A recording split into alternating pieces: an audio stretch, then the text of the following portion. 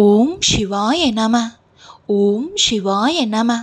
என் அன்பு குழந்தையே, நீ என்னிடம் கேட்பதை கொடுப்பதற்கு இதுவே சரியான நேரம். விரைந்து வா பிள்ளையே, உனக்காக நான் இங்கு காத்திருக்கின்றேன். உன் பிரார்த்தனைகள் நிறைவேறவில்லை என்றுதானே நீயும் காத்திருக்கின்றாய். நீ என்னிடம் பிரார்த்தனை செய்ய வேண்டும் என்ற அவசியம் கூட இல்லை. நீ உள்ளத்தில் நினைத்தாலே போதும், உன் வேண்டுதல்கள் எல்லாம் என் செவிகளில் வந்தடைந்து விடும். நானும் அதை நிறைவேற்ற துவங்கிவிடுவேன்.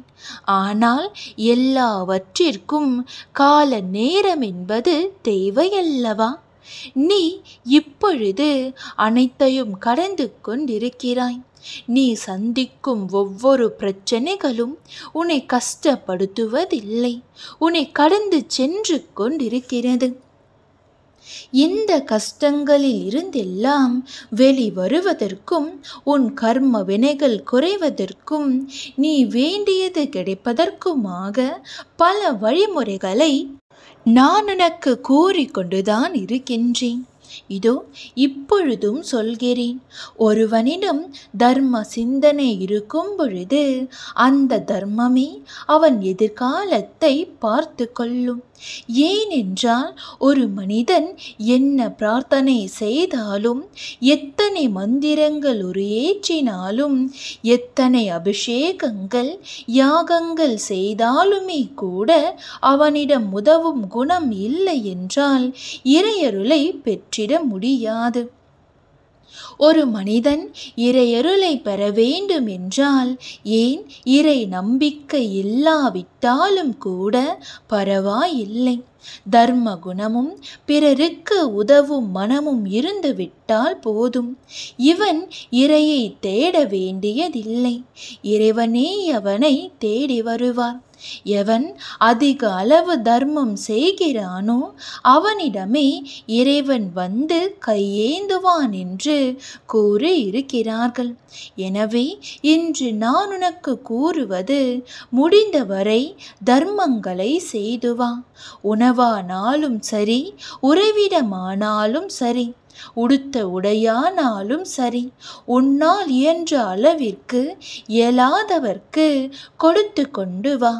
நீ இயலாதவர்க்கு 1 ரூபாய் கொடுத்தாலும் அந்த இறைவன் உனக்கு பல மடங்காக திருப்பியும் தருவான்.